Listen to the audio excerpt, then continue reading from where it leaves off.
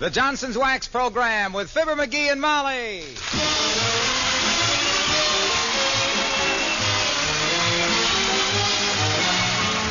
The makers of Johnson's Wax products for home and industry present Fibber, McGee, and Molly with Bill Thompson, Gail Gordon, Arthur Q. Bryan, and me, Harlow Wilcox. The script is by Don Quinn and Phil Leslie.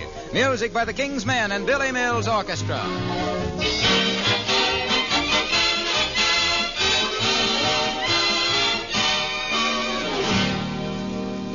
Women who have been using Johnson's self-polishing Glow Coat for years now like it even better than ever. And here's why. Glow Coat has been improved. The new Johnson self-polishing Glow Coat now shines nearly twice as bright as ever before. Try it and you'll see the difference in an instant. Glow Coat will make your kitchen linoleum glow with a bright new beauty. That brighter Glow Coat shine will make your linoleum and other floors look years younger. And at the same time, it'll make them last years longer. That gleaming coat of tough wax takes the punishment and helps protect your linoleum from wear. It's mighty easy to use, too. You merely apply and let dry. There's no rubbing or buffing. A gleaming Glow Coat surface is a surface easy to keep clean. Dust, dirt, and spilled things can be whisked away with just a wipe of a damp cloth. Be sure to try the improved Johnson self-polishing Glow Coat. More than ever, it's the better way to bring out the beauty of the home. Look on the bright side, shine up the right side, bring out the beauty of the home.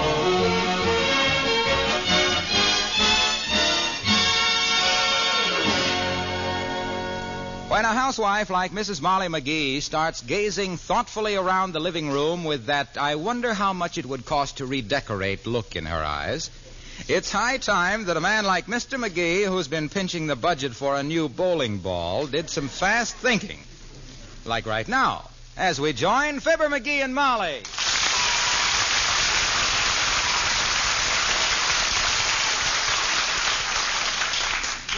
Let me see. If the walls were painted sort of a dusty green and the ceiling an off-white, this carpet would still be all right. Hey, Molly, you know what month this is? Yes, February. And we've got to get that old floor lamp out of here. Huh? It's been knocked over so many times it ducks whenever we come into the room. Now, I've been thinking that if we have the walls painted a dusty green... You said it, kiddo. That floor lamp is a nuisance. It used to have 3 speeds. Yeah, I know. Dim, flicker, and out. Let's get rid of it. Fine, that's a good start. Now, I was thinking... You were thinking? What do you think I've been doing lying here studying this Popular Mechanics magazine my head off? I've been studying how to make a beautiful new lamp, Molly. A new lamp out of an old spittoon. Ain't that a coincidence for you? Well, it's a coincidence, sweetheart, but not for me. Huh?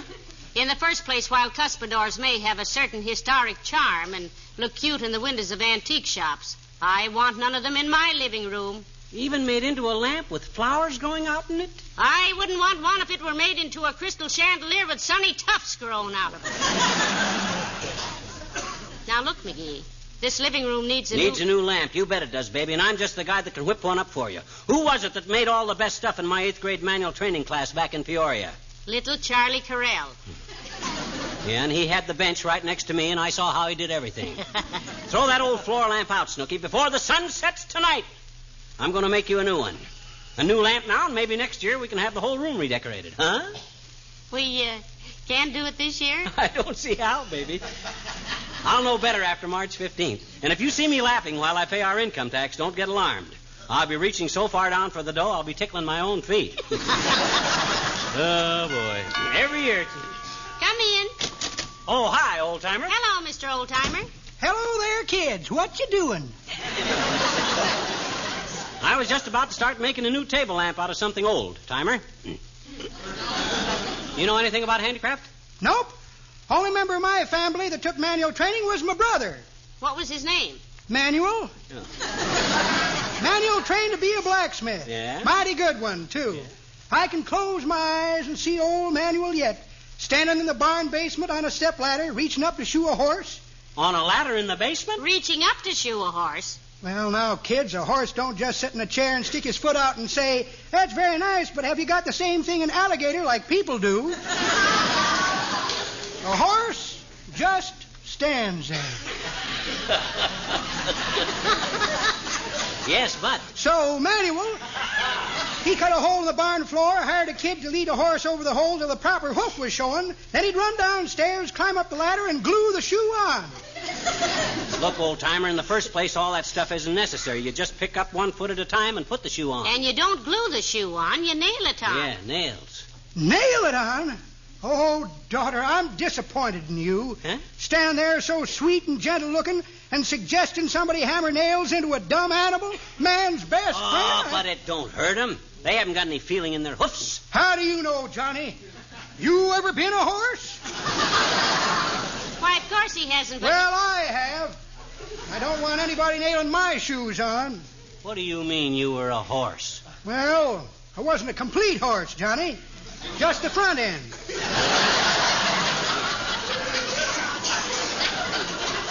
Me and another feller, we was a horse and circus once. Oh.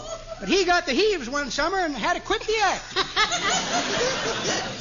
Well, I've always wanted to know a horse personally to speak to. Would you care for some nice fresh oatmeal cookies?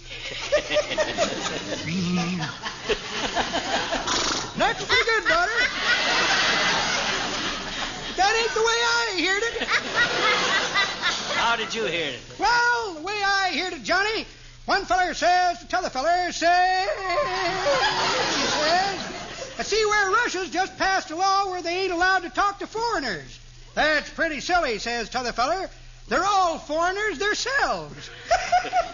Well, good luck shoeing your horse, Johnny. So long, daughter.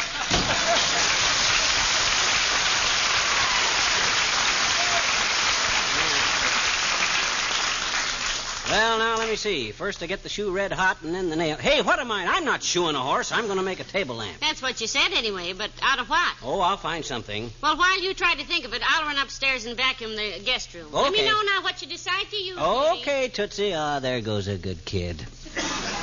What does she care if I'm not very handy at making things?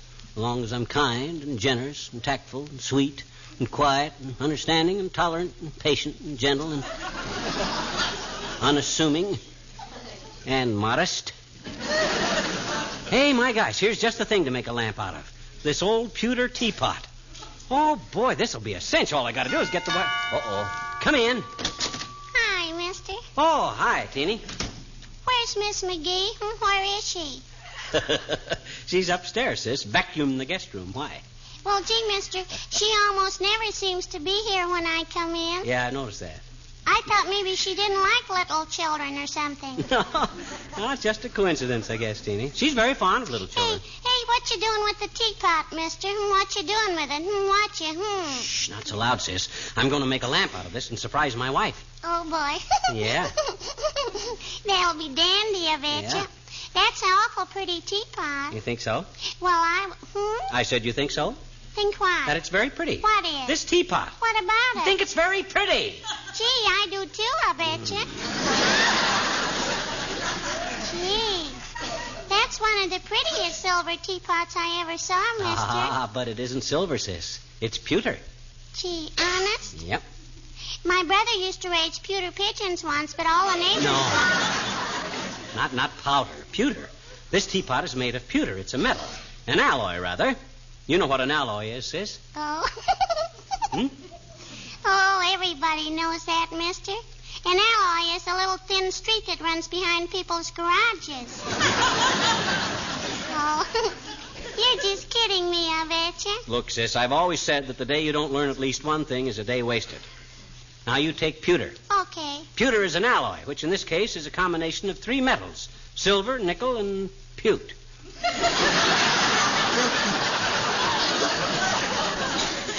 Pewt is a rare metal that is found only on the west coast of Patagonia.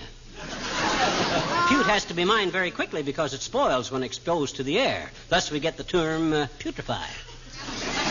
If it spoils, it's no good except for fertilizer, which they spread on the fields to raise petunias and potatoes. Isn't that interesting? It sure is, mister. Thanks ever so much. That's okay, Taney. You'll learn more about it when you start studying botany and geometry and stuff. Oh, I know what geometry is now, I bet you. Oh, you do, eh? Well, what is it? Come on. Tell me, what's geometry, if you know? Geometry is... Well, geometry is what the little acorn said when it grew up. Huh? Geometry.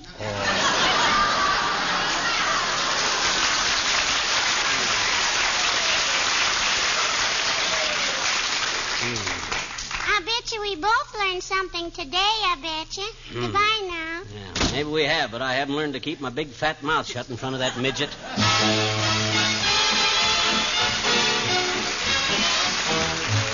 Billy Mills in the orchestra, and I've got a feeling I'm falling.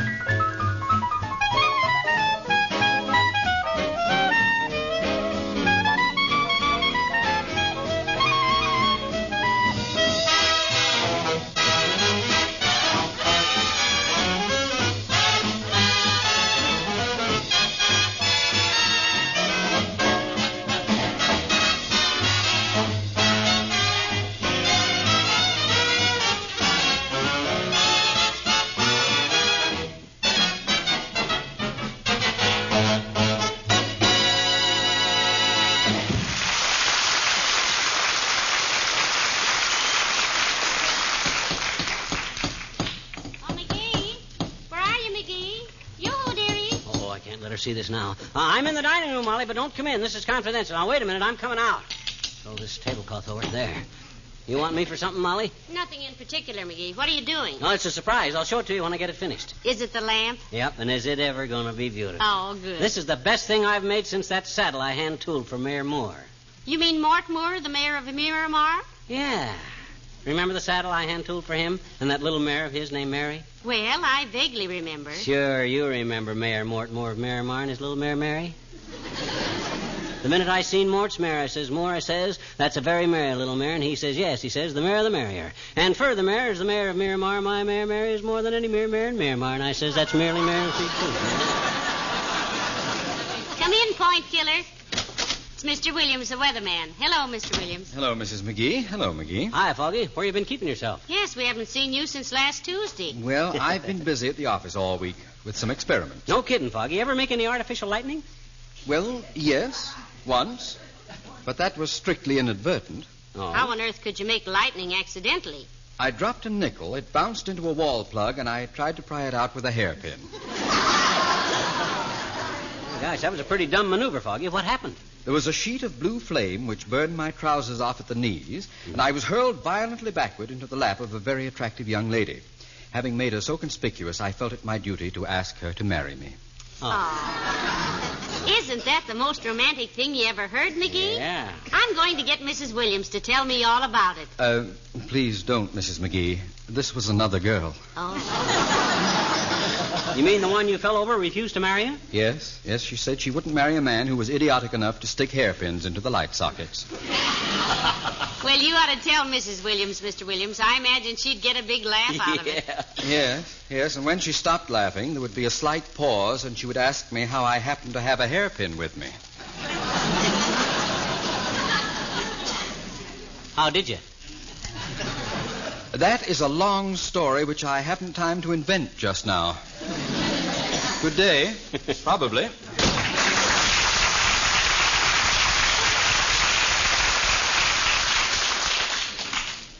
You know, that's rather sweet and old-fashioned, McGee. What, getting caught with a hairpin in your pocket? No. Thinking you have to ask a girl to marry you just because you fell into her lap. Yeah, as the guy says when he sat on the phonograph needle, this is positively mid-Victorian. Oh. Well, back to work, kiddo. Oh, I had a little doggy who was an awful fool, half Spitz and half Retriever, which resulted in a drool. Oh, the monkey and the... Now, let me see.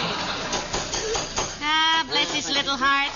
He'll save me $7 with his homemade table lamp, and it'll cost us $75 to put the dining room back together again. Ah, well. Hi, Molly. Hi. Hey, where's Fibber? He's in the dining room, Mr. Wilcox. Can't you hear him? Hey, pal. What are you doing? Oh, hi, Junior. I'm working on a little surprise for Molly. I'm making a table lamp, but she don't know what oughta. She what? I said she don't know what oughta. She don't know what oughta. No. What he means, Mr. Wilcox, is that he's making me a table lamp, but I'm totally ignorant of what particular properties he is utilizing in its construction. That's what I says. She knows I'm making a lamp, but she don't know what oughta. That's plain English, ain't it? Plain? It's positively homely. But look, what brought on this burst of creative construction, pal? Well, we need some new things for this living room, Mr. Wilcox, but we're settling for a new table lamp, which himself here is dreaming up with a hunk of wire, the neighbor's tools, and some materials about which I remain in happy ignorance. Yeah, she knows I'm making it, but she don't know what oughta.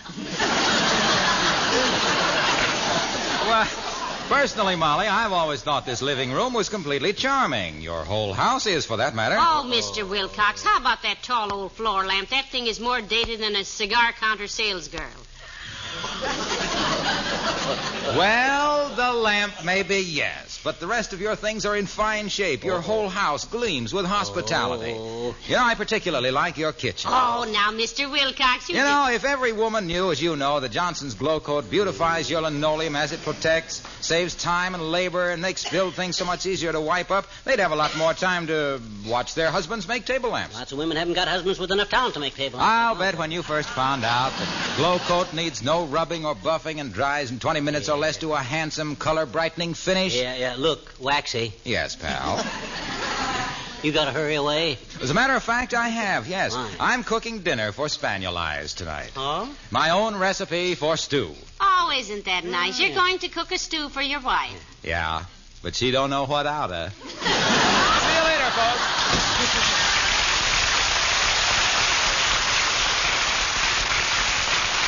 Now, then back to work. Now, see, where's my hacksaw? Oh, here it is. Oh, I had a little marmoset, a handy little sinner. He'd help Marmer set the table almost every night for dinner. Oh, the monkey and the coconut. Hey, Molly, we got any Scotch tape? No, Uncle Dennis used it all up when he was packing his bags to leave. What do you need all that Scotch tape for? He said his scotch was always shaking loose. Oh, I had a little crocodile. Come in. Well, hello there, Mr. Wimple. Do come in. Hi there, Wimp. Be with you in just a sec. Hello, folks. This is a familiar scene. Husband in one room, wife in the other room, sitting with their backs to each other. Makes me kind of homesick. He's making me a table lamp, Mr. Wimple, but he doesn't want me to see it until it's finished. Yeah, she knows I'm making it, Wimp, but she don't know what oughta. You ever do much handicraft work? Well, no, not much, Mr. McGee. I just watch birds and write greeting cards. Still making a bum out of Longfellow, eh? Mm-hmm. Have you written a valentine to your wife yet? 2 of them. Oh? Would you like to hear the one I'm sending her anonymously? Oh, I'd love to, Mr. Wimple. I've always been fond of poetry anyway. Edgar Guest came to visit us once. The room he slept in, we still refer to as the guest room. Go ahead, Wimp. Let's hear the poem. All righty. It goes, to Sweetie Face, my Valentine. Here's to you, my sweet Valentine, with the heart and the lace and the old familiar line. For year after year I've been writing this stuff. If you had any sense, you would know it was guff. But no, you just grab it with tears in your eyes and read it like it was a tremendous surprise. I'm afraid it's the last you'll be getting from me, because Cupid is stupid. Do you have to be? Not very sentimental, is it, Mr. Wimple? Well, with Wimp's setup, I don't imagine he has very many sentimental moments, do you, Wimp? Oh, I used to, Mr. McGee. Yeah? I remember one summer when I was first married to you-know-who. Yeah. We were out canoeing one night. Yeah? There wasn't any moon, and it was so dark, and I said, Sweetie Face, I said, Let's just drift and hold hands and not say a word to each other. Oh, wasn't that sweet? Yes. And then I filled one of my gloves with wet sand, gave it to her to hold, slipped over the side, swam ashore, and played snooker till almost midnight. Goodbye now.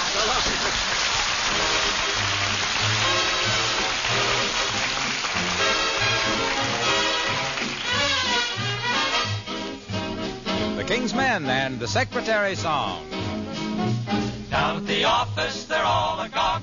The old typewriter has a new stenog. She has a brand new trick. She types to a red-hot lick. From 9 to 5 all week, you ought to see her technique. Beepity-bop-bop, beepity-bop-bop, space. Beepity-bop-bop, type the letters in place. Beepity-bop-bop, and you'll never go wrong with the Merry Secretary Song. Beepity-bop-bop, beepity-bop-bop, dot. Beepity-bop-bop, you're improving a lot. Beepity-bop-bop, as you rock it along, that's the Merry Secretary Song. She has a lot of fun when her work is done. The fellas gather round in a bunch, 'cause they can hardly wait to see the one she'll date when she's off from 12 to 1. Lunch. Beepity-bop-bop, that's the beat she plays. Beepity-bop-bop, do it right, get a raise. Beepity-bop-bop, keep the rhythm strong with the Merry Secretary Song.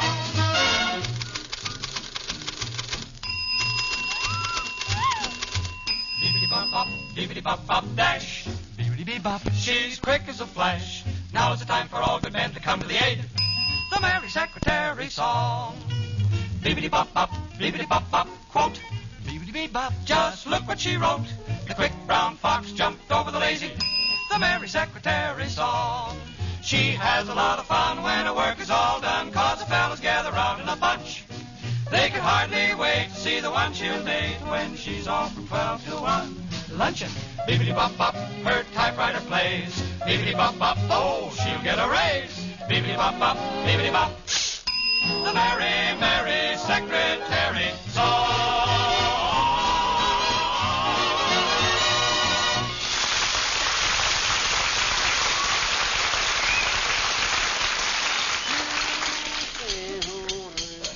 McGee, here's a package that just came special delivery from the Bonton. Shall I open it for No, you? no. I should say not, kiddo. Thanks anyway. Just hand it here. And don't look at what I'm doing. All right, I've got my head turned away. Much obliged. Now, you go back and sit down, Tootsie. I'll have this lamp finished and nothing flat. And believe me, it's the best job I ever done. There's going to be a lot of scorched eyeballs around here. People won't be able to take their eyes off this lamp like I don't think they will. How's that again, dearie? I says the people won't be able to take their eyes off this lamp like I don't think they will. There'll be a lot of scorched eyes. Come in. For goodness sakes, Dr. Gamble. Come right in, Doctor. Thank you, my dear. And where is little Limberlip today? Oh, he's just in the dining room there. Here I am, Doc. Be with you in just a sec. What's he doing in there? Well, he's making me a table lamp, Doctor. What out of? I don't know what out of. A table lamp. I hope you won't be hurt, my dear, if I get under the table the first time he turns it on. Oh, no. Just make room for me is all, because I... Hi there, old fever blister. What made you run away from the hospital at this time of day? Somebody come in with a contagious disease? To me, Slackjaw, germs are far less repulsive than some of the larger forms of animal life. Anything personal in that remark? What do you think? I don't think so. You're just modest. Thank you. Not at all. Pardon me, Alphonse and Gaston, but I'd like to know how you're getting along with my table lamp, McGee. Oh, baby, it's going to be a Lulu. The best job I ever done. I'm making Molly a table lamp, Doc, but she don't know how to hop and what. When will the lowbrow public be permitted to behold this hand-soldered epic, Chisel Fizzle? Yes, I'm getting very impatient, dearie. Remember, you promised I'd have it today. He keeps promises like I keep a 29-inch waistline. Nevertheless, Medicine Ball, when I make a promise, I make a promise. My motto is never break a promise to a child or a woman. Grown men can look after themselves. Give me 5 minutes, Molly. 5 minutes it is, McGee. Come on, Doc. You can lend me a surgical hand. Oh, are you using hands on this? Everything you've built up till now I thought you made with your teeth and your elbows. You have 4 minutes and 50 seconds, dearie. Uh-oh. Come on, Docie. Come in when I call you, Molly. Take a peek under that tablecloth, Doc. Uh-huh. That's the lamp. I filled it with cement to give it some weight, and then I bored a hole through the bottom, wired it up through here, see? And I bought this blue and silver lampshade at the Bonton. Hand me that wire, will you? Here you are. And while it hurts me to say this, my boy, that is really a beautiful lamp. Betcha. A pewter teapot with that blue and silver shade was pure inspiration. Yeah, you said it. Now let me turn it on, see if it works. Perfect. Perfect. Well, here's the shade. And a handsome one it is, too. Thanks. It cost me $3.79, but when I get in a creative mood like this, cost means nothing. Hold her steady while I screw it on. Okay. Ah, there we are. Time's up, McGee. And it's all finished. Throw that tablecloth over it again, Doc. We'll unveil it like the beautiful thing it is. Okay. My dear, you have a great surprise in store for you. Heavenly days, I'm so excited. Don't keep me in suspense any longer, McGee. Let's see it. Okay, now you stand right over there where you can get the best view of it. When I count to 3, Doc, you yank the tablecloth off. It will be a pleasure to yank the sheet off something that won't peer up at me and ask how big the incision will be. You ready? 1. I was just going to say, McGee, it's a good thing you're finished with that because I've got to run over to Mrs. Williams. Over to Foggy Williams's? What for? Just to return an antique pewter teapot she loaned me for my party last week. A pew? A pew? She says it doesn't look very valuable, but it was made by Paul Revere himself back in 1768. A pew? Come on, boys. What are we waiting for? A pew? A pew? A pew? Better get his bed ready, my dear. A pew? I think I've got a patient on my hands. A pew? A pew? What's the matter? A pew?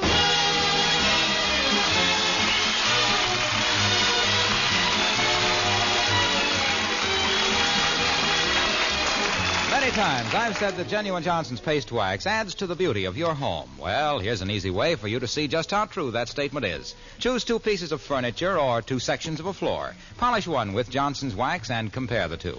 The one you've polished will have a new, warm beauty that will make the other seem, well, rather dull and ordinary by comparison. You see, Johnson's wax adds luster that makes your floors and furniture glow with a delightfully bright richness.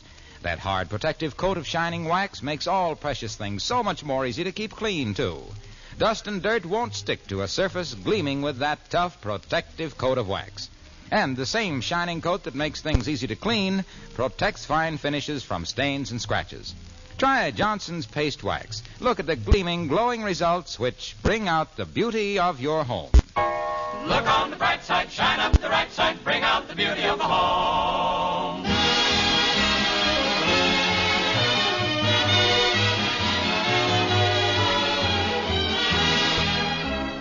Well, I just talked to Mrs. Williams, McGee. What'd she say, kiddo? What'd she say? Is she awful sore at me? No, she thought it made a beautiful lamp.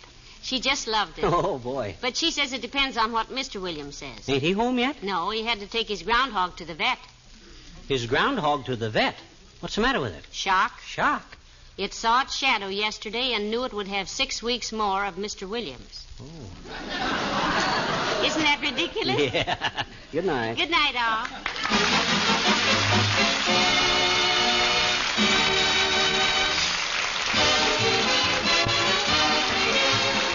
The makers of Johnson's Wax Products, Racine, Wisconsin, bring you Fibber, McGee, and Molly each Tuesday night. Be with us again next week, won't you? Good night. This is NBC, the national broadcasting company.